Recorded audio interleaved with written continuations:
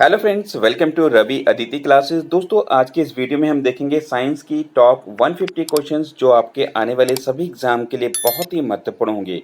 दोस्तों, यहाँ पे मैंने बहुत ही सिलेक्टेड और इम्पॉर्टेंट क्वेश्चंस लिए हैं, इसलिए वीडियो को अंत तक देखना ना भूलिए। अगर वीडियो अच्छा लगे तो प्लीज़ लाइक और शेयर जरूर करिए। चलिए स्टार्ट करते हैं आज का सेशन। सबसे पहला क्वेश्चन यहाँ पे है, which is the commercial unit of electric power. तो इलेक्ट्रिक पावर की यहाँ पे कमर्शियल यूनिट क्या है, KWH यानी कि किलोवाट आवर। ये पावर की कमर्शियल यूनिट है। देखिए, हमारे घरों में जो यूनिट आती है वो एक तरह से 1 किलोवाट पर आवर होता है एक तरह से। चलिए अगला क्वेश्चन देखते हैं कि Ohm's law is valid in which of the cases. तो ये किस केसेस में होता है, कंडक्टर के केसेस में एक तरह से ये वैलिड होता है। ठीक है, अब देखिए ओम्स लॉ होता है क्या। Ohm's law stage that the current through a conductor between two points is directly proportional to the voltage across the two points। ठीक है, एक तरह से वहाँ पे दोनों के बीच में जो करंट होता है वो एक तरह वोल्ट के डायरेक्टली प्रोपोर्शनल होता है। ठीक है, चलिए अगला क्वेश्चन देखते हैं कि which of the following are source of direct current. तो यहाँ पे डायरेक्ट करंट का ये सोर्स कौन कौन से हैं। तो देखिए ड्राई सेल भी है, कार बैटरी भी है, डीसी जनरेटर भी है, यानी कि ऑप्शन नंबर हमारा डी यहाँ पे करेक्ट हो जाएगा। ये सारे हमारा डायरेक्ट करंट के सोर्सेज है। ठीक है, देखिए डायरेक्ट करंट होता क्या है, the current flowing in one direction is called direct current होता है। ऑल्टरनेट, इसके अपोजिट में क्या होता है, ऑल्टरनेट करंट। इसमें क्या होता है, current which keeps changing its direction in an electric circuit. तो इसकी डायरेक्शन ऑल्टरनेट करंट में क्या होता है कि इसकी जो डायरेक्शन होती है चेंज होती रहती है। यहाँ पे क्या होता है, वो एक ही डायरेक्शन में फ्लो करती है। ठीक है, ये डायरेक्ट और इनडायरेक्ट करंट की डेफिनेशन हो गया। चलिए अगला क्वेश्चन देखते हैं, what is the work of dynamo machine. तो देखिए डायनेमो को क्या काम होता है। तो देखिए डायनेमो क्या काम करता है, convert mechanical energy into electrical energy.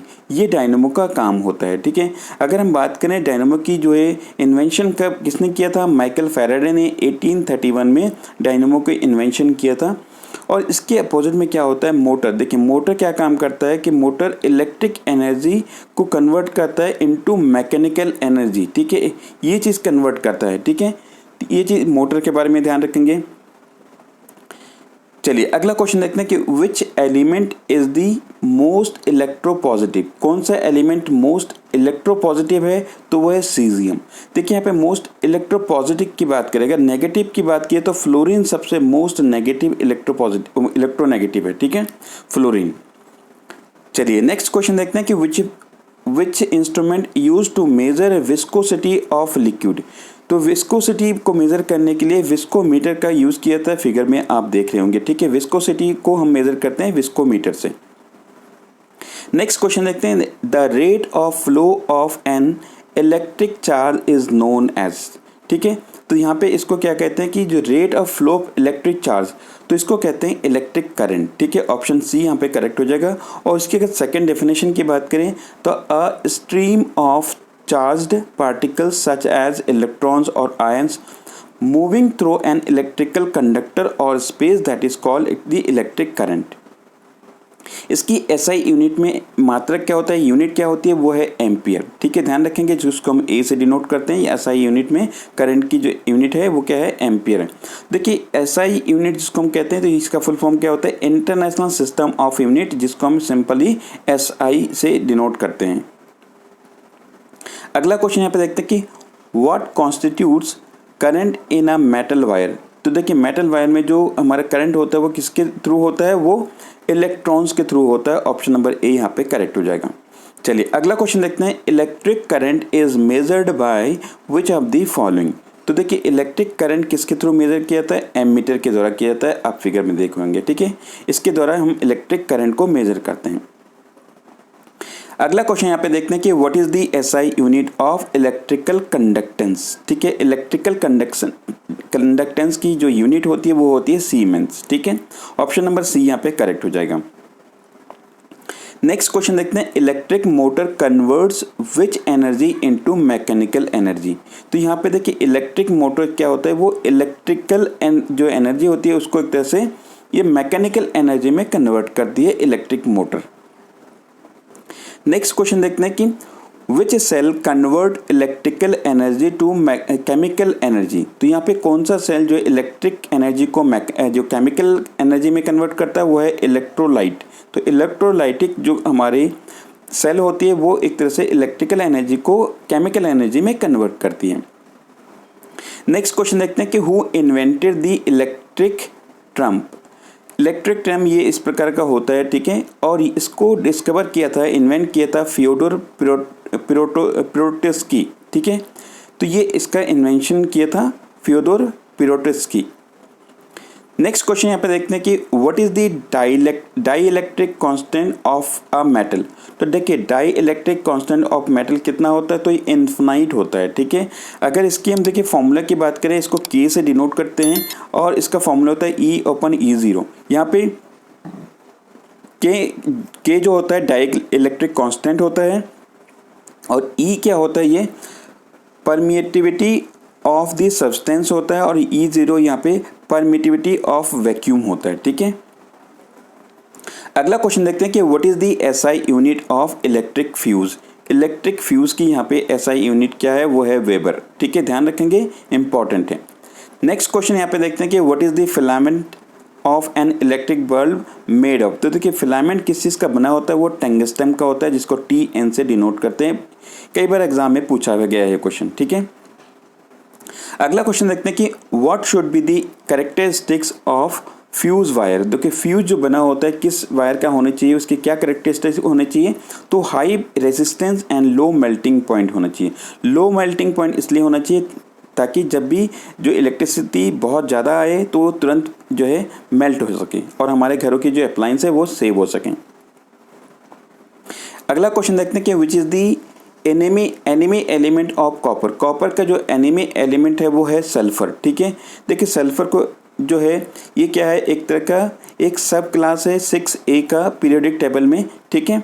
Sulphur is an active ingredient, it combines with other elements and forms many compounds except gold and platinum. तो देखिए गोल्ड और प्लेटिनम के साथ ये एक तरह से कंबाइन नहीं हो सकता, कंपाउंड नहीं बना सकता है, बाकी साथ ये कंपाउंड करके ये अलग एलिमेंट बनाते हैं, जिसकी वजह से इसको एक तरह से एनिमी एलिमेंट माना गया है, ठीक है। चलिए अगला क्वेश्चन यहाँ पे देखते हैं, विच of the following is not a form of stored energy. तो यहाँ पे स्टोर्ड एनर्जी कौन सा नहीं है, वो है इलेक्ट्रिकल एनर्जी जो है ये स्टोर्ड एनर्जी का एक फॉर्म नहीं है। नेक्स्ट क्वेश्चन देखते हैं कि what is the SI unit of electric charge. Electric charge का यहाँ पे एसआई यूनिट है कूलाम, ठीक है। देखिए कि यहाँ पे एसआई यूनिट जो हमें इलेक्ट्रिक करंट की हमने देखा था एम्पियर है, यहाँ पे पोटेंशियल डिफरेंस की जो यूनिट है वो है वोल्ट। नेक्स्ट क्वेश्चन देखते हैं कि an electric motor works on which principle. तो देखिए ये फैराडे के नियम के अनुसार काम करता है electric motor, option number C यहाँ पे करेक्ट हो जाएगा। What is exactly the Faraday's rule या लॉ। तो देखिए फैराडे के नियम में ये बताया गया, the electromotive force that is EMF produced in a closed circuit is equal to the rate of change of the magnetic flux through that circuit। तो एक तरह से ये इसके मैग्नेटिक फ्लक्स के एक तरह से रेट ऑफ चेंज के बराबर होता है, ठीक है। चलिए अगला क्वेश्चन देखते हैं कि वाई आर ट्रांसफार्मर्स यूज्ड। तो देखिए ट्रांसफार्मर का यूज क्यों किया जाता है, टू ऑक्सीडाइज और स्टेप डाउन AC वोल्टेज, ठीक है, ऑप्शन नंबर सी यहाँ पे करेक्ट हो जाएगा। देखिए transformer can work only with alternative current that is AC current और potential difference, not with the direct current. तो ये डायरेक्ट करंट के साथ ट्रांसफार्मर काम नहीं कर सकता है, ठीक है। नेक्स्ट क्वेश्चन यहाँ पे देखते हैं कि substance through which electricity can not flow are called. तो देखिए कौन से ऐसे सब्सटेंस है जिसके थ्रू इलेक्ट्रिसिटी पास नहीं हो सकते हैं, जिसको हम क्या कहते हैं, इंसुलेटर कहते हैं, ठीक है, इंसुलेटर्स कहलाते हैं उसको, और जिसके थ्रू पास होता है उसको कंडक्टर्स कहते हैं, ठीक है। नेक्स्ट क्वेश्चन देखते हैं कि which is the unit of work. Work की यूनिट क्या है, जूल है, ठीक है। वर्क का फॉर्मूला क्या होता है, F इंटू एस। एफ क्या है यहाँ पे, F जो है फोर्स है और S क्या है, डिस्प्लेसमेंट है, ठीक है। W यहाँ पे वर्क को डिनोट करती है, ठीक है। चलिए अगला क्वेश्चन देखते हैं कि what is the SI unit of electric potential. तो इसकी एसआई यूनिट क्या है, इलेक्ट्रिक पोटेंशियल वोल्ट होता है, ठीक है। देखिए इसके अलावा मैं आपको यहाँ पे इलेक्ट्रिक से रिलेटेड जितने भी यूनिट है उसको बता देता हूँ। देखिए इलेक्ट्रिक चार्ज हमने देखा कूलाम होता है, electric potential volt, electric potential difference उसको भी, इसका भी यूनिट क्या है, वोल्ट है, इलेक्ट्रिक रेजिस्टेंस ओम हो गया और इलेक्ट्रिक करंट एम्पियर। तो ये कुछ इंपॉर्टेंट यूनिट्स हैं, आप याद रखेंगे। चलिए अगला क्वेश्चन देखते हैं, therm is the unit of which of the following. तो देखिए थर्म यहाँ पे किसकी यूनिट है, तो ये है heat energy, option number B यहाँ पे करेक्ट हो जाएगा, ठीक है। अगला क्वेश्चन देखते हैं कि what is the SI unit of viscosity. देखिए विस्कोसिटी की यहाँ पे यूनिट क्या है, पॉइस, जिसको पीआई से डिनोट करते हैं। एक्चुअल में विस्कोसिटी होता क्या है, तो देखिए the ability of a liquid to resist the flow of liquid is called the viscosity of that liquid. एक तरह से उसकी जो लिक्विड की जो फ्लो है उसको रेसिस्ट करने की जो एबिलिटी होती है, जो क्वालिटी होती है, उसको हम क्या क्या कहते हैं, विस्कोसिटी कहते हैं। अभी हमने देखा इसकी जो यूनिट है पॉइस, जिसको हम पीआई से डिनोट करते हैं, और ये किसके, एक साइंटिस्ट के नाम के पर रखा गया है, जीन लुइस पॉइजले, ठीक है। चलिए नेक्स्ट क्वेश्चन देखते हैं, joule is a unit of which of the following. तो देखिए यहाँ पे जूल किसका यूनिट है, तो एनर्जी का भी है, हीट का भी है, यानी कि ऑप्शन नंबर यहाँ पे सी करेक्ट हो जाएगा, ए एंड बी, ठीक है। नेक्स्ट क्वेश्चन देखते हैं कि parsec is the unit of which of the following. तो देखिए पार्सेक यहाँ पे किसका यूनिट है, तो ये है डिस्टेंस का, ठीक है। ऑप्शन नंबर यहाँ पे हमारा ए करेक्ट हो जाएगा। और देखिए parsec which is the ancient method of measuring the distance between stars.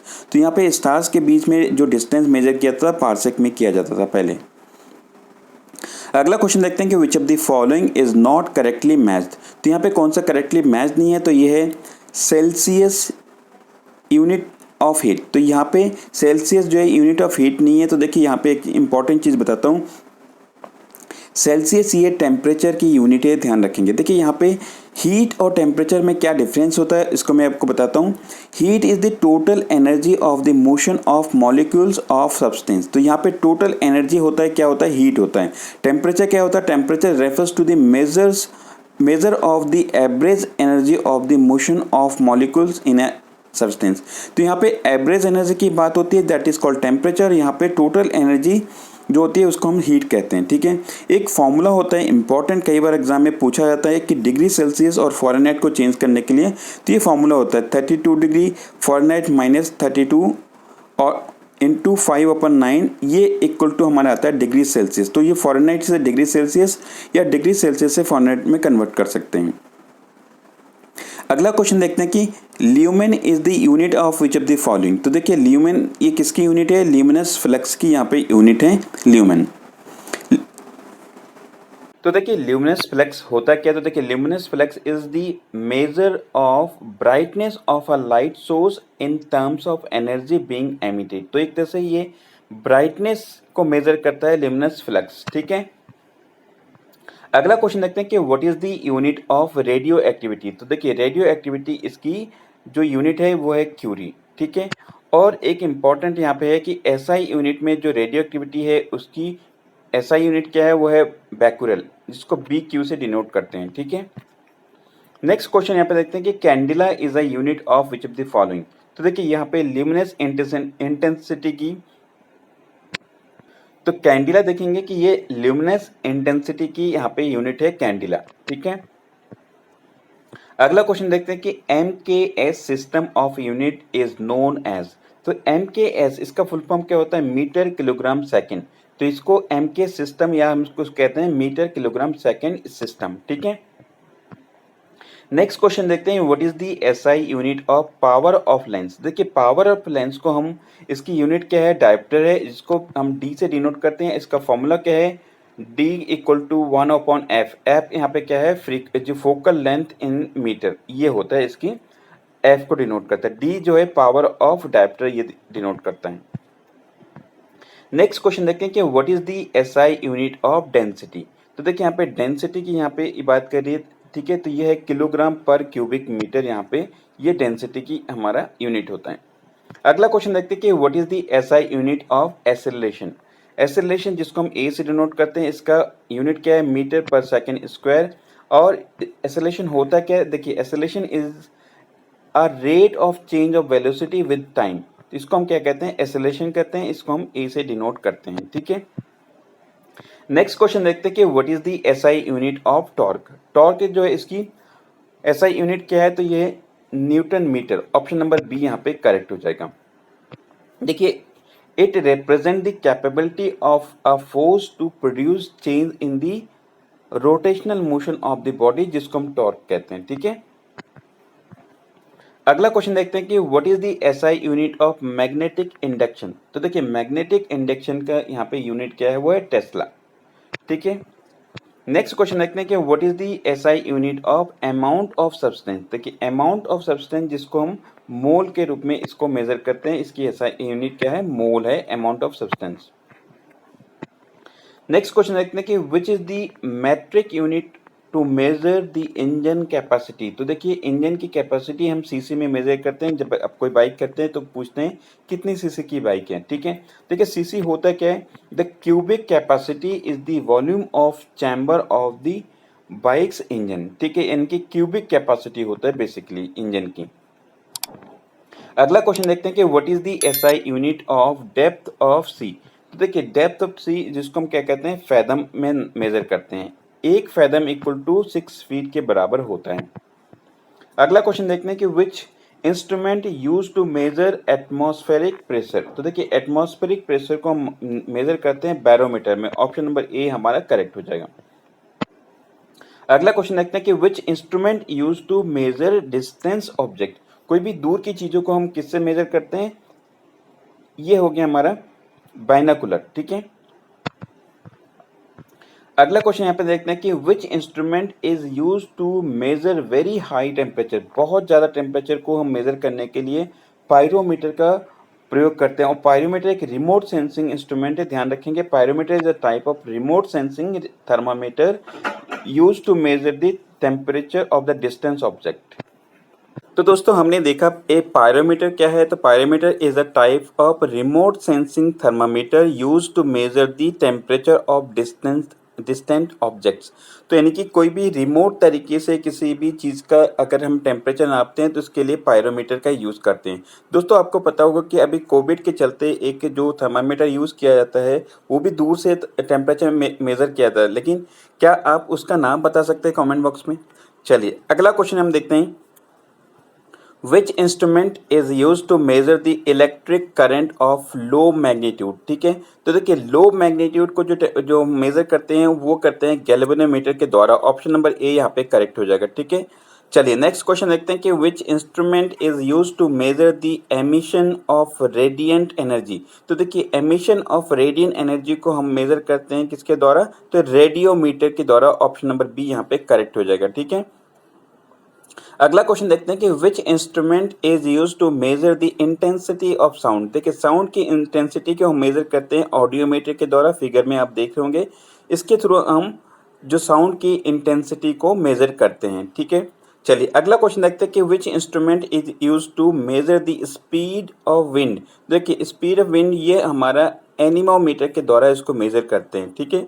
चलिए, अगला क्वेश्चन देखते हैं कि metre is the SI unit of which of the following. तो देखिए, एसआई यूनिट ये मीटर की क्या है, तो देखिए यहाँ पे मीटर किसकी एसआई यूनिट है, तो देखिए डिस्टेंस और डिस्प्लेसमेंट दोनों की ही एसआई यूनिट क्या है, मीटर है। ऑप्शन नंबर यहाँ पे सी करेक्ट हो जाएगा। देखिए, आपको एक चीज बता दो, डिस्टेंस और डिस्प्लेसमेंट में क्या डिफरेंस होता है। तो देखिए, distance is the total movement of an object without any regard to direction. तो देखिए, यहाँ पे डिस्टेंस में क्या होता है, डायरेक्शन नहीं होता, लेकिन डिस्प्लेसमेंट में क्या होता है, it is the linear distance between the initial and final position of a body. तो देखिए, यहाँ पे लीनियर पोजीशन की बात हो रही है, ठीक है। यहाँ पे क्या होता है कि डायरेक्शन यहाँ पे जरूरी होता है डिस्प्लेसमेंट में, ठीक है। देखिए, डिस्टेंस ये देख रहे होंगे, ये है यहाँ से यहाँ तक, कि टोटल डिस्टेंस है, इसमें डायरेक्शन नहीं, लेकिन डिस्प्लेसमेंट में क्या होता है, डायरेक्शन होता है।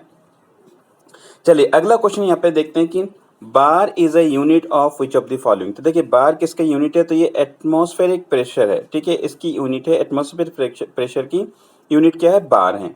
और देखिए, bar is a metric unit of pressure but not part of the international system of unit. यानी कि यहाँ पे ये ऐसा यूनिट नहीं है बार, ये चीज याद रखेंगे, ये मेट्रिक यूनिट है, ठीक है। अगला क्वेश्चन देखते हैं कि which is the unit for measuring the amplitude of sound. देखिए साउंड की जो हमारा एम्पलीट्यूड होता है उसको हम किस में मेजर करते हैं, डेसिबल में। ठीक है, ऑप्शन नंबर सी यहाँ पे करेक्ट हो जाएगा। देखिए एम्पलीट्यूड होता क्या है, amplitude is the maximum displacement of the particle of a sound wave. तो देखिए यहाँ पे आप देख रहे होंगे, जो ये आप फिगर में देख रहे होंगे, ये क्या है, एक तरह से एम्पलीट्यूड है, मैक्सिमम डिस्प्लेसमेंट है, यानी कि साउंड वेव की एक जो है पोजीशन के इसके मीन पोजीशन से, ठीक है, जिसको हम एम्पलीट्यूड कहते हैं। चलिए अगला क्वेश्चन देखते हैं कि light year is a unit of. तो देखिए लाइट ईयर ये किसकी यूनिट है, तो ये स्टेलर डिस्टेंस की है। ठीक है, ऑप्शन नंबर सी यहाँ पे करेक्ट हो जाएगा। तो ये लाइट ईयर एक प्रकार का एक डिस्टेंस का यूनिट है। कई बार ये क्वेश्चन भी पूछा गया है कि लाइट ईयर किसकी यूनिट है, तो वो डिस्टेंस, वहाँ पे स्टेलर ना दिया के डिस्टेंस भी होगा तो आप भी उसको टिक कर सकते हैं। ठीक है, नेक्स्ट क्वेश्चन देखते हैं कि electron volt is a unit of which of the following. तो देखिए इलेक्ट्रॉन वोल्ट ये किसकी है, तो देखिए ये इस प्रकार के हमारे एनर्जी का है। ठीक है, ऑप्शन नंबर यहाँ पे ए करेक्ट हो जाएगा। और 1 इलेक्ट्रॉन वोल्ट ये किसके बराबर होता है, 1602 इंटू 10⁻⁻9 जूल के बराबर होता है 1 इलेक्ट्रॉन वोल्ट। ठीक है, इंपॉर्टेंट है। चलिए अगला क्वेश्चन देखते हैं कि which of the following is a fundamental physical quantity. थी कौन सा यहाँ पे फंडामेंटल फिजिकल क्वांटिटी है, तो वो है टाइम। ऑप्शन नंबर सी यहाँ पे करेक्ट हो जाएगा। दोस्तों फंडामेंटल फिजिकल क्वांटिटी होता क्या है, तो देखिए कि fundamental physical quantities which do not derive from the other physical quantities are known as fundamental physical quantity। इसके एग्जांपल जैसे हो गया मास हो गया, लेंथ हो गया, टाइम, इलेक्ट्रिक करंट, टेम्परेचर। तो ये किसी दूसरे फिजिकल क्वांटिटी से ड्राइव नहीं किया जाता है, इसलिए इसको फिजिकल क्वांटिटीज कहते हैं और फंडामेंटल क्वांटिटीज कहते हैं। ठीक है, नेक्स्ट क्वेश्चन देखते हैं कि very small time intervals are accurately measure by which of the following. तो देखिए बहुत ही स्मॉल टाइम इंटरवल्स को हम मेजर करते हैं एटॉमिक क्लॉक के द्वारा, एटॉमिक क्लॉक्स। ठीक है, नेक्स्ट क्वेश्चन है 1 horsepower is equal to how many watt. तो देखिए 1 हॉर्स पावर ये 7 से 46 वॉट के बराबर होता है, कई बार एग्जाम में पूछा गया है। ठीक है, इंपॉर्टेंट है। ठीक है, नेक्स्ट क्वेश्चन देखते हैं कि note is a unit of which of the following. तो देखिए नोट यहाँ पे किसकी यूनिट है, तो ये शिप, स्पीड ऑफ शिप की है। ठीक है, स्पीड ऑफ शिप जिसकी यूनिट क्या है, ये नोट में हम इसको काउंट करते हैं। अगला क्वेश्चन देखते हैं कि which instrument is use to measure relative humidity. देखिए रिलेटिव ह्यूमिडिटी को मेजर करते हैं हाइग्रोमीटर। देख रहे होंगे फिगर में, हाइग्रोमीटर के द्वारा ह्यूमिडिटी को मेजर किया जाता है, रिलेटिव ह्यूमिडिटी को। ठीक है, नेक्स्ट क्वेश्चन यहाँ पे देखते हैं कि Richter scale is used for measuring. तो देखिए रिएक्टर स्केल से हम इंटेंसिटी ऑफ अर्थक्वेक को मेजर करते हैं। ठीक है, नेक्स्ट क्वेश्चन देखिए, कई बार क्वेश्चन में यह आता है कि यहाँ पे इंटेंसिटी ऑफ अर्थक्वेक को मेजर करते हैं। अभी हमने देखा कि ये किस में करते हैं, ये रिएक्टर स्केल में, लेकिन जो उसकी वेव है उसको हम कैसे मेजर करते हैं, उसको सिस्मोग्राफ से। विच instrument is use for recording of earthquake wave. तो वो सिस्मोग्राफ के द्वारा होता है। तो ठीक है, तो इन दोनों सिस्मोग्राफ और वहाँ पे हमने पहले देखा क्या चीज़, तो ये रिएक्टर स्केल, दोनों में डिफरेंस देखेंगे। यहाँ पे इंटेंसिटी को मेजर करता है, यहाँ पे अर्थक्वेक वेव को मेजर करता है सिस्मोग्राफ। ठीक है, नेक्स्ट क्वेश्चन देखते हैं कि which instrument is used in aircraft to measure the altitude above a fix level. तो इसके लिए यूज किया था कि एल्टीमीटर का यूज किया जाता है। ठीक है, एक फिक्स लेवल से ऊपर जाने के बाद जो इंस्ट्रूमेंट यूज होता है एयरक्राफ्ट को जो एक तरह से एल्टीट्यूड मेजर करने के लिए, एल्टीमीटर कहते हैं, एल्टीमीटर। ठीक है, नेक्स्ट क्वेश्चन है which instrument is use to test purity of milk. तो इनकी दूध की जो प्योरिटी मेजर किया था लेक्टोमीटर के द्वारा। इस तरह का एक लेक्टोमीटर होता है जिसमें हम दूध की शुद्धता यानी कि प्योरिटी को मेजर करते हैं। नेक्स्ट क्वेश्चन यहाँ पे देखते हैं कि the energy of food is measured इन। तो देखिए फूड हमारी जो हम इनटेक करते हैं उसको हम मेजर करते हैं कैलोरीज में। ठीक है, कितना कैलोरी आपने इनटेक किया पर डे। ठीक है, नेक्स्ट क्वेश्चन यहाँ पे देखते हैं कि what is the SI unit of temperature. Temperature की यहाँ पे एसआई यूनिट क्या है, तो ध्यान रखेंगे टेम्परेचर की एसआई यूनिट यहाँ पे केल्विन है। कहीं गलती से आप डिग्री सेल्सियस या सेंटीग्रेड ना करिए। एक चीज आपको यहाँ पे बता दूं कि जो टेम्परेचर है उसकी जो यहाँ पे क्या है, एसआई यूनिट है केल्विन। ठीक है, अगला क्वेश्चन यहाँ पे देखते हैं कि 1 inch equals to how many centimetre. तो देखिए कई बार आप गलती से कहेंगे 2.5 होता है, लेकिन ये चीज नहीं है, एग्जैक्टली 2.54 यहाँ पे सेंटीमीटर होता है। ठीक है, ध्यान रखेंगे। अगला क्वेश्चन देखते हैं कि which is the SI unit of intensity of luminous. देखिए एल्यूमिनस, इंटेंसिटी ऑफ एल्यूमिनस इसकी यूनिट होती है लक्स। ठीक है, ऑप्शन नंबर ए यहाँ पे करेक्ट हो जाएगा। अगला क्वेश्चन यहाँ पे देखेंगे pascal is a unit of which of the following. देखिए पास्कल यहाँ पे किसकी यूनिट है, तो प्रेशर की। ठीक है, प्रेशर को पी से डिनोट करते हैं। ठीक है, नेक्स्ट क्वेश्चन देखते हैं कि how many dynes are there in 1 gram weight. तो देखिए 1 ग्राम वेट में कितने डाइन्स होते हैं, 981 डाइन्स होते हैं। इंपॉर्टेंट है, कई बार एग्जाम में पूछा गया। ठीक है, अगला क्वेश्चन देखते हैं कि 1 kilometre is equal to how many miles. देखिए 1 किलोमीटर में कितने माइल्स होते हैं, तो ये पॉइंट 0.62 होता है। ठीक है, ऑप्शन नंबर सी यहाँ पे करेक्ट हो जाएगा। 1 nanometre is equal to how many metre. तो नैनोमीटर की बात हुई तो ये 10 टू द पावर -9 मीटर के बराबर होता है। 1 nanometer equal to 10 to the power -9 meter होता है। ठीक है, अगला क्वेश्चन है in which process water changes into vapour in atmosphere. तो देखिए यहाँ पे जो वाटर है वो वेपर में कन्वर्ट होती है एटमॉस्फेयर में, इसको हम क्या कहते हैं, इसको हम कहते हैं एवापोरेशन। ऑप्शन नंबर यहाँ पे बी करेक्ट हो जाएगा। अगला question which is not a part of water cycle. तो यहाँ पे बताना है कि वाटर साइकिल का पार्ट कौन सा नहीं है। तो देखिए सन ये वाटर साइकिल का पार्ट होता है, रेन, क्लाउड फॉर्मेशन, लेकिन यहाँ पे ड्रिंकिंग बाय एनिमल्स ये हमारा वाटर साइकिल का पार्ट नहीं होता है। ऑप्शन डी करेक्ट हो जाएगा।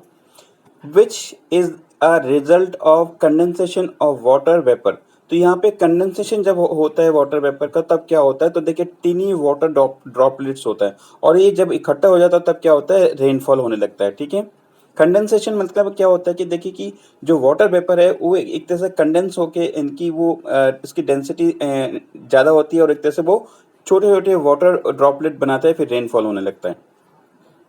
अगला क्वेश्चन है which one is the purest form of water. तो देखिए प्योरेस्ट फॉर्म ऑफ वाटर क्या होता है, वो रेन वाटर होता है। ठीक है, रेन वाटर को सबसे ज्यादा प्योरेस्ट फॉर्म माना गया है। ठीक है, अगला क्वेश्चन हम देखेंगे plants release large amount of water vapour into the atmosphere by the process called. तो देखिए एक तरह से प्लांट के जो बहुत सारे ऐसे वाटर वेपर रिलीज करते हैं जिसको हम क्या कहते हैं, ट्रांसपिरेशन कहते हैं। ठीक है, ट्रांसपिरेशन कहते हैं। ऑप्शन नंबर यहाँ पे सी करेक्ट हो जाएगा। अगला क्वेश्चन देखते हैं कि which of the following resources covers about 3/4 of the total surface of the earth. यानी कि 3/4 ऑफ अर्थ की जो सरफेस है वो किससे कवर है, वो वाटर से कवर है। ठीक है, ऑप्शन नंबर यहाँ पे डी करेक्ट हो जाएगा। नेक्स्ट क्वेश्चन है which place known for water market. तो देखिए कौन सा ऐसा प्लेस है इंडिया में जहाँ पे जिसको वाटर मार्केट के नाम से जाना जाता है, तो ये अमरेली। ठीक है, सौराष्ट्र का एक जगह है अमरेली जिसको वाटर मार्केट के नाम से जानते हैं।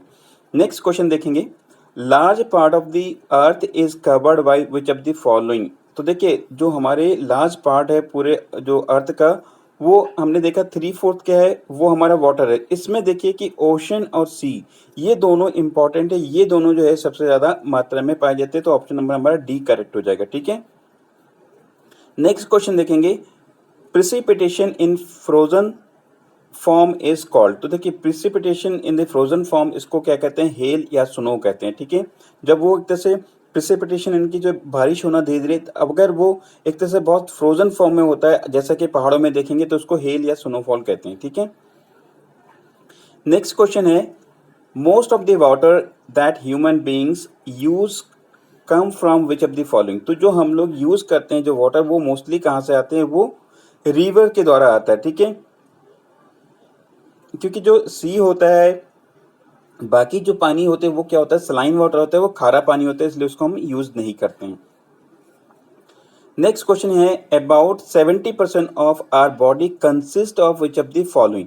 तो देखिए हमारे बॉडी का 70% जो है ये वाटर के रूप में हमारे बॉडी में जो है, जो क्योंकि हमारे वाटर में हमारे बॉडी में क्या है, ब्लड है, तो ब्लड में भी बहुत सारा मात्रा में क्या पाया जाता है, वाटर पाया जाता है। ठीक है, नेक्स्ट क्वेश्चन है water is days of hydrogen and oxygen element. तो वाटर क्या है, ये हाइड्रोजन एंड ऑक्सीजन, जैसे आपको पता है कि H2O इसका फॉर्मूला होता है।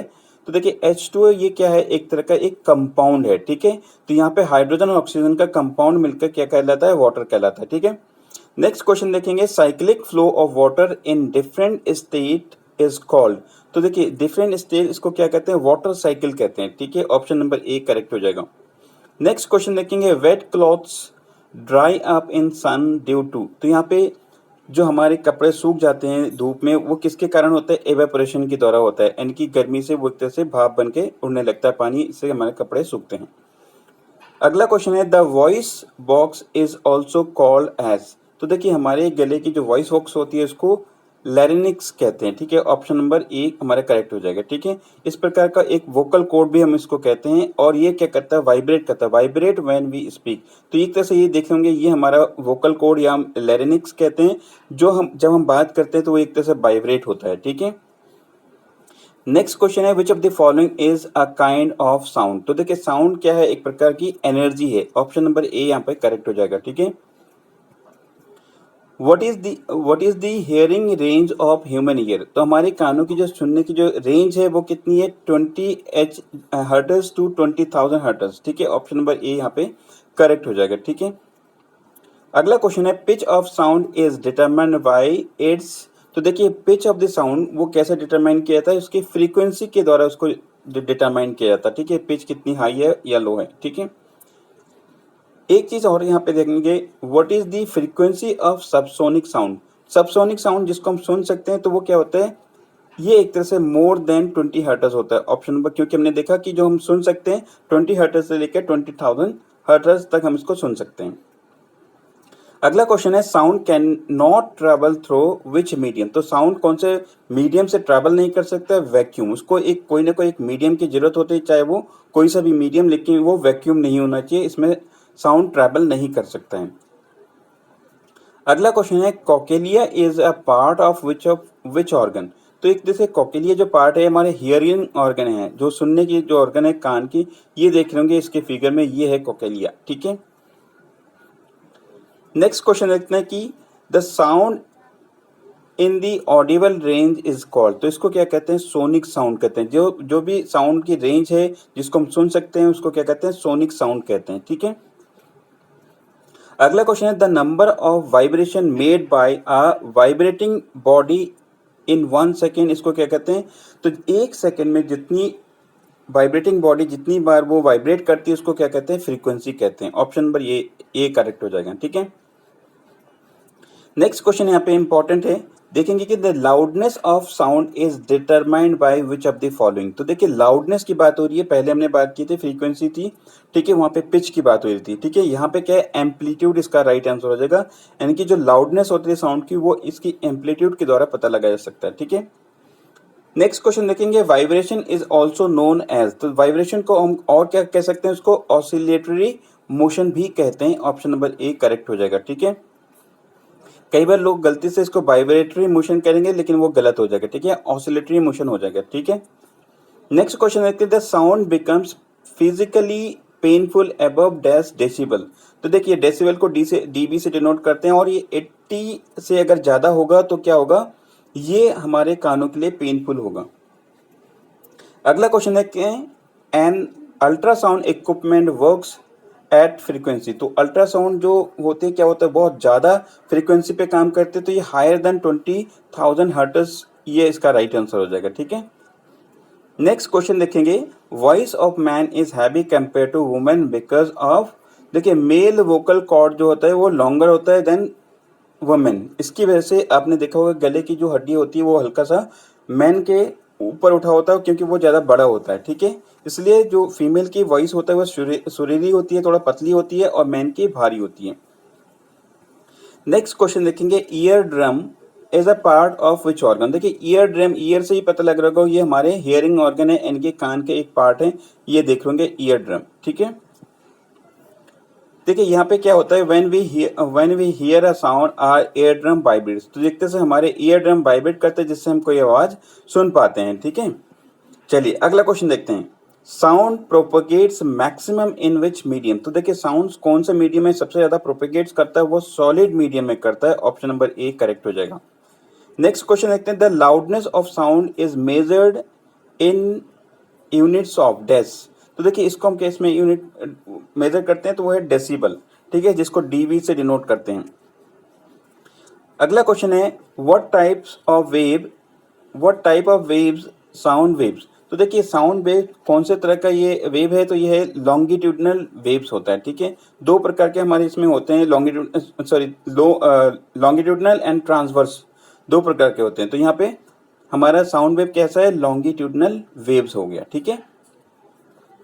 नेक्स्ट क्वेश्चन है force acting on per unit area is known as. तो देखिए फोर्स अगर किसी पर यूनिट एरिया पे वर्क करती है तो उसको हम क्या कहते हैं, प्रेशर कहते हैं। ऑप्शन नंबर सी करेक्ट हो जाएगा, जिसको पी से डिनोट करते हैं और इसका फॉर्मूला क्या होता है, P equal to force upon area, यानी कि एक यूनिट एरिया पे कितना फोर्स लग रहा है वो हमारा प्रेशर कहलाता है, ठीक है। अगला क्वेश्चन देखते हैं, the pressure of earth atmosphere at sea level is due to. तो देखिए अर्थ की जो एटमॉस्फेयर वहां पे सी लेवल पे वो किसके कारण होता है, वो gravitational attraction of earth for the atmosphere. Option number C यहाँ पे करेक्ट हो जाएगा, ठीक है। नेक्स्ट क्वेश्चन देखते हैं कि why does the ink of pen leak out in aeroplane. तो देखिए एरोप्लेन में अगर कोई पेन रखते हैं तो उसके जो जो इंक है वो बाहर आते हैं, क्यों, the pressure of ink inside is more than the ambient pressure. तो वहाँ का जो एटमॉस्फेयर होता है उससे ज़्यादा इंक की प्रेशर होती है पेन के अंदर, जिसके कारण वो बाहर आ जाती है, ठीक है। नेक्स्ट क्वेश्चन देखते हैं कि one atom that is atmosphere is equal to how many pascal. तो ये होता है 101325, ये इतने पास्कल के बराबर होता है वन एटम या वन एटमॉस्फेयर, ठीक है। नेक्स्ट क्वेश्चन देखते हैं कि हु इन्वेंटेड मर्करी बैरोमीटर। देखिए मर्करी बैरोमीटर को इन्वेंट किसने किया, तो ये है इवेंजेलिस्टा टोरिसिली, ठीक है। ऑप्शन नंबर बी यहाँ पे करेक्ट हो जाएगा। चलिए अगला क्वेश्चन देखते हैं कि one which of the following principle is hydraulic lift based. तो देखिए हाइड्रोलिक जो लिफ्ट होता है किसके ऊपर काम करता है, तो पास्कल के लॉ के ऊपर काम करता है। ऑप्शन नंबर ए करेक्ट हो जाएगा। अगला क्वेश्चन यहाँ पे देखते हैं, a container is filled with water as below. यहाँ पे देख सकते हैं एक कंटेनर है, which of the following is correct about the pressure of water. तो यहाँ पे बताना है कि प्रेशर का जो यहाँ पे कौन सा करेक्ट है। तो देखिए सबसे ज्यादा प्रेशर किस पे होगा, सी पे होगा, उसके बाद बी होगा और उसके बाद ए पे होगा, क्योंकि हमने पढ़ा है पी इक्वल टू क्या होता है, एच डी जी होता है, ठीक है। तो P equal to H D G होता है, जिसमें क्या होगा, सी पे सबसे ज्यादा प्रेशर होगा। तो हमारा ऑप्शन कौन सा करेक्ट हो जाएगा,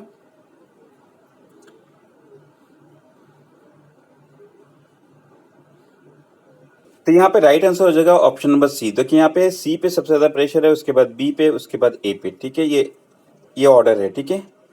चलिए अगला क्वेश्चन यहाँ पे देखते हैं कि on which of these factors the buoyancy depends. देखिए वॉयंसी एक तरह से जो उछाल वाला जो फोर्स होता है वो किसके ऊपर डिपेंड करता है, बॉयंट फोर्स, यानी कि ऑप्शन नंबर बी यहाँ पे करेक्ट हो जाएगा, उसके ऊपर डिपेंड करता है, ठीक है। चलिए अगला क्वेश्चन देखते हैं, the pressure at the bottom of a liquid tank does not depends on. तो देखिए प्रेशर अगर किसी भी लिक्विड टैंक के बॉटम में देखना हो तो वो किस पे डिपेंड नहीं करता है, तो देखिए डेंसिटी ऑफ लिक्विड पे डिपेंड करता है, height of the liquid depend करता है, लेकिन एरिया ऑफ लिक्विड डिपेंड नहीं करता। तो ये हमारा आंसर होगा, क्योंकि यहाँ पे पूछा डज नॉट डिपेंड, तो ये area of the liquid surface इस पे डिपेंड नहीं करता है, ठीक है। अगला क्वेश्चन देखते हैं कि which of the following instrument used by mountaineer and pilots to measure the pressure. तो देखिए जो ऊंचाई पे जो लोग जाते हैं रहते हैं उसके लिए एक प्रेशर के मेजर करने के लिए एंड्रॉयड बैरोमीटर का यूज करते हैं, ठीक है, एनीरॉयड बैरोमीटर।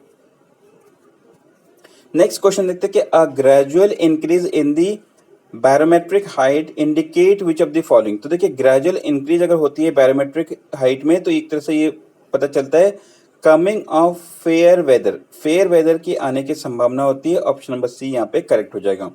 अगला क्वेश्चन है why is it difficult to breathe at higher altitude. तो देखिए हायर एल्टीट्यूड में ब्रीथ इसलिए डिफिकल्ट होता है क्योंकि due to the low air pressure. Option number यहाँ पे बी करेक्ट हो जाएगा। नेक्स्ट क्वेश्चन देखते हैं कि the atmospheric pressure near the surface of the earth. तो सरफेस ऑफ द अर्थ के पास एटमॉस्फेरिक प्रेशर कितना होता है, 760 टोर होता है, 760 टोर होता है। ऑप्शन नंबर ए करेक्ट हो जाएगा। अगला क्वेश्चन देखते हैं कि विच liquid is used in barometer. तो देखिए बैरोमीटर में मरकरी का यूज किया जाता है, जिसकी जो केमिस्ट्री में होता है Hg सिंबल से डिनोट करते हैं, Hg, ठीक है। चलिए अगला क्वेश्चन यहाँ पे देखते हैं, which is use to measure pressure in liquid. देखिए बहुत इंपॉर्टेंट है कि लिक्विड में प्रेशर को मेजर करने के लिए हम क्या यूज़ कर सकते हैं, तो मैनोमीटर का यूज़ कर सकते हैं। देखिए मैनोमीटर और बैरोमीटर दोनों देख सकते हैं। ये हमारा क्या है, ये बैरोमीटर है और ये मैनोमीटर, ठीक है। और देखिए कि बैरोमीटर जो हम देखें कि एटमॉस्फेरिक प्रेशर को मेजर करते हैं, और मैनोमीटर क्या है, ये लिक्विड में प्रेशर को मेजर करता है। और एनरोमीटर अभी हमने देखा कि एनरॉइड मीटर जो हम देखते हैं माउंटेनर और पायलट्स यूज करते हैं इसको, ठीक है, एनरॉइड बैरोमीटर। अगला क्वेश्चन देखते हैं कि what are the types of linear motion. तो देखिए लीनियर मोशन के कौन कौन से टाइप्स है, तो इसका राइट आंसर हो जाएगा रेक्टिलिनियर मोशन और कर्विलिनियर मोशन, यानी कि ऑप्शन नंबर सी यहाँ पे करेक्ट हो जाएगा, both A and B. Next question यहाँ पे है a player making a long jump is an example of. तो देखिए लॉन्ग जंप जो है किसका एग्जाम्पल है, तो ये प्रोजेक्टाइल का मोशन है, क्योंकि आप देख रहे होंगे इस तरह का मोशन है, ठीक है, इसलिए इस तरह के मोशन को प्रोजेक्टाइल मोशन कहते हैं, ठीक है। The motion of a projectile follow, देखिए अभी हमने बात किया तो ये क्या होता है, प्रोजेक्टाइल मोशन एक कर्व पाथ में फॉलो करता है, ठीक है। इस तरह का जो पाथ होता है कोई मोशन करते हुए, जिसको हम कर्व बोलते हैं या उसको हम कहते हैं प्रोजेक्टाइल मोशन।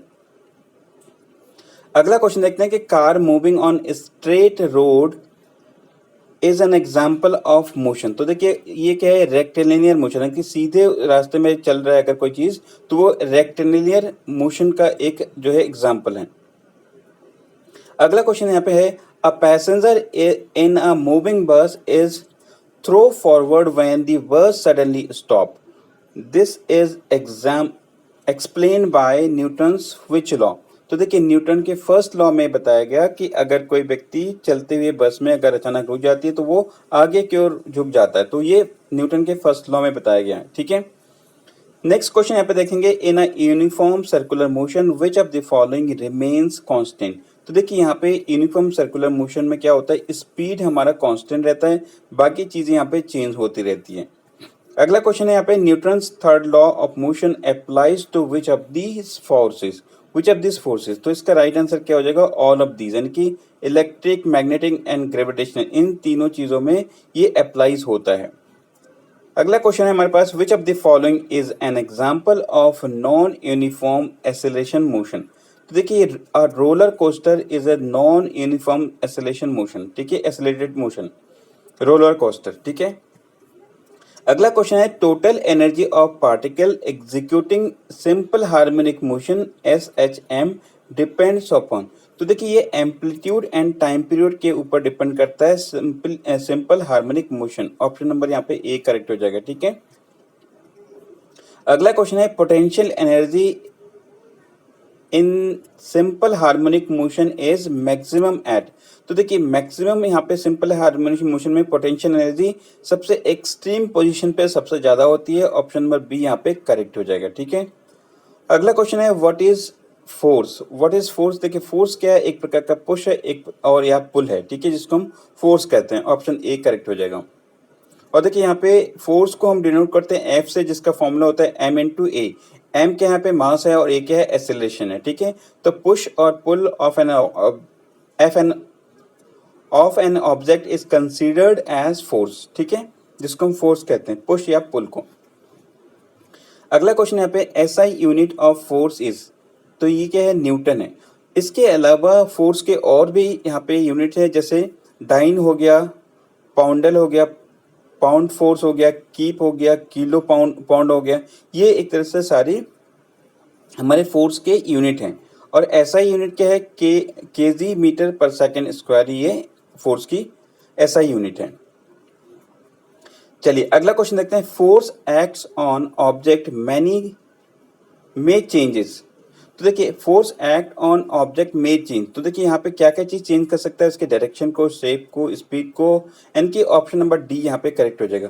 एक चीज बताऊँ कि देखिए जब कोई फोर्स किसी ऑब्जेक्ट पे काम करता है तो उसमें क्या क्या चीज कर सकता है, क्या force has a different effect and here are some of them.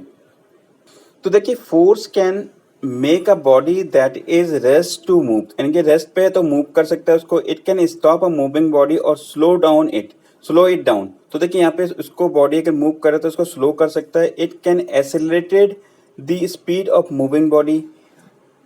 It can also change the direction of moving body along with its shape and size. तो ये सारी चीज़ अगर फोर्स किसी ऑब्जेक्ट पे काम करता है तो ये सारी चीज़ इफेक्ट डाल सकता है, ठीक है। चलिए अगला क्वेश्चन देखते हैं, definition of force is given by. तो देखिए ये डेफिनेशन ऑफ फोर्स ये जो है न्यूटन के कौन से लॉ में दिया है, तो इसके फर्स्ट लॉ में दिया हुआ है, ठीक है। ऑप्शन नंबर यहाँ पे बी करेक्ट हो जाएगा, फर्स्ट लॉ में दिया हुआ है। देखिए फर्स्ट लॉ है क्या, तो देखिए if a body is at rest or moving at constant speed in a straight line, it will remain at rest or keep moving in a straight line at constant speed unless it is acted upon by a force। देखिए अगर अगर कोई चीज़ अगर वो एक constant speed से move कर रही है, चल रही है, तो वो उसी स्पीड में चलती रहेगी, या अगर रेस्ट पे है तो रेस्ट पे ही रहेगी जब तक उस पर कोई भी दूसरा बल कार्य ना कर रहा हो, ठीक है। चलिए अगला क्वेश्चन देखते हैं, the force exerted by the earth to pull any object towards itself is called, क्या होता है, ग्रेविटेशनल फोर्स होता है, ठीक है। अर्थ पर कोई चीज अपनी ओर खींच रहा है तो उसको क्या कहते हैं, ग्रेविटेशनल फोर्स कहते हैं। What are the types of force based on their application. तो देखिए यहाँ पे दो तरीके के होते हैं, एक नॉन कॉन्टैक्टेड और एक कॉन्टैक्ट फोर्सेस, दो तरीके के होते हैं। ऑप्शन नंबर सी यहाँ पे करेक्ट हो जाएगा। तो देखिए कॉन्टैक्ट फोर्स क्या होता है, force that act on a body either directly or through a medium or called contact force। यानी कि डायरेक्टली अगर किसी चीज पे वो काम कर रही है तो उसको कॉन्टैक्ट फोर्सेस कह देंगे। नॉन कॉन्टैक्ट फोर्स कौन से होते हैं, force that act through spaces without making direct contact. देखिए यहाँ पे डायरेक्ट कॉन्टैक्ट नहीं होगा with the body are called non contact forces. देखिए कुछ एग्जाम्पल इसमें जैसे होगा, चुंबक एक किसी लोहे को अगर नहीं छूती है, दो चुंबक आपस में हुआ तो देखिए कि वो एक दूसरे को पुश करती है, तो ये क्या होगा, नॉन कॉन्टैक्टेड फोर्सेस हो गए यहाँ पे। अगला क्वेश्चन देखते हैं कि what are the types of non contact forces. तो देखिए यहाँ पे नॉन कॉन्टैक्ट फोर्सेस के कौन कौन से टाइप हो गया, मैग्नेटिक फोर्स हो गया, इलेक्ट्रोस्टैटिक फोर्स हो गया, ग्रेविटेशनल फोर्स। ये सारे हमारे राइट आंसर हो जाएंगे, ऑप्शन नंबर डी यहाँ पे करेक्ट हो जाएंगे। तो देखिए कि यहाँ पे एक और एग्जाम्पल है न्यूक्लियर फोर्स, ये भी क्या है, नॉन कॉन्टैक्ट फोर्सेस हो गया, ठीक है। What are the types of contact forces, तो क्या हो गया, फ्रिक्शनल फोर्सेस हो गया, स्प्रिंग फोर्स हो गया, टेंशन फोर्स, ये सारे हैं। ऑप्शन नंबर डी यहाँ पे करेक्ट हो जाएगा, कॉन्टैक्ट फोर्सेस है। Contact force applied force, air resistance force, normal force, ये सारे हमारे कॉन्टैक्ट फोर्स के अंतर्गत काम करते हैं। चलिए अगला क्वेश्चन देखते हैं कि the force between two charge body is called. तो ये क्या कहलाते हैं, इसको electrostatic force. Option number B यहाँ पे राइट आंसर होगा, ठीक है। नेक्स्ट क्वेश्चन यहाँ पे देंगे, the strength of force is expressed by. तो देखिए ये एक्सप्रेस किया जाता है कि फोर्स की स्ट्रेंथ को मैग्नीट्यूड में इसको हम मेजर करते हैं, एक्सप्रेस करते हैं, ठीक है। अगला क्वेश्चन देखते हैं कि when two forces are in opposite direction and possesses equal magnitude then these force called.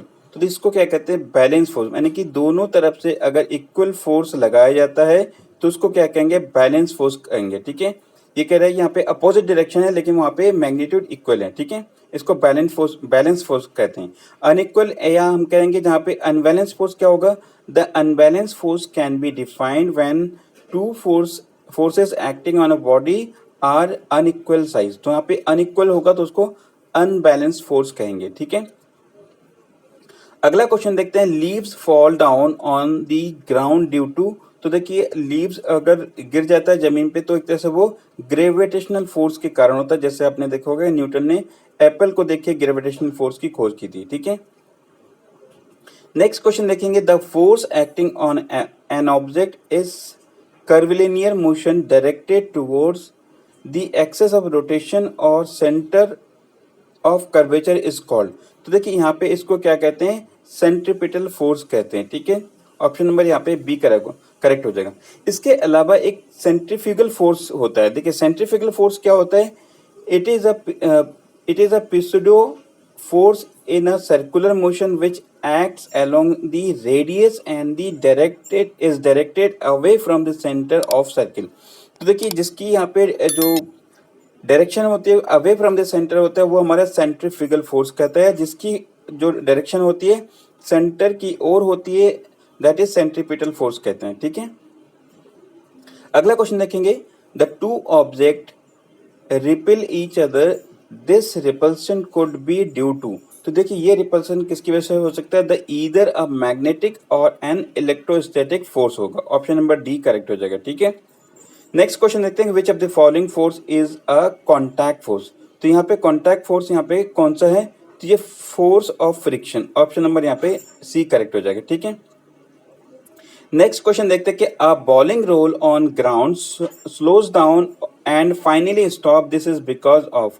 तो ये किसके कारण है, फ्रिक्शन के कारण होता है। ठीक है, अगर कोई बॉल रोल कर रहा है और वो फ्रिक्शन के कारण धीरे धीरे स्लो हो जाता है और एट द एंड में वो स्टॉप हो जाता है। ठीक है, नेक्स्ट क्वेश्चन देखते हैं कि which of the following is an example of non contact forces. तो देखिए नॉन कॉन्टैक्ट फोर्सेस का यहाँ पे एग्जांपल कौन सा है, तो देखिए नॉन कॉन्टैक्ट जिसमें हमारे कॉन्टैक्ट नहीं हो रहे हैं, तो क्या होगा, फोर्स एक्सर्टेड बाय मैग्नेट, वो क्या होगा, नॉन कॉन्टैक्ट फोर्सेस कहलाएंगे। ठीक है, अगला क्वेश्चन है the ball rolling on the ground is an example of.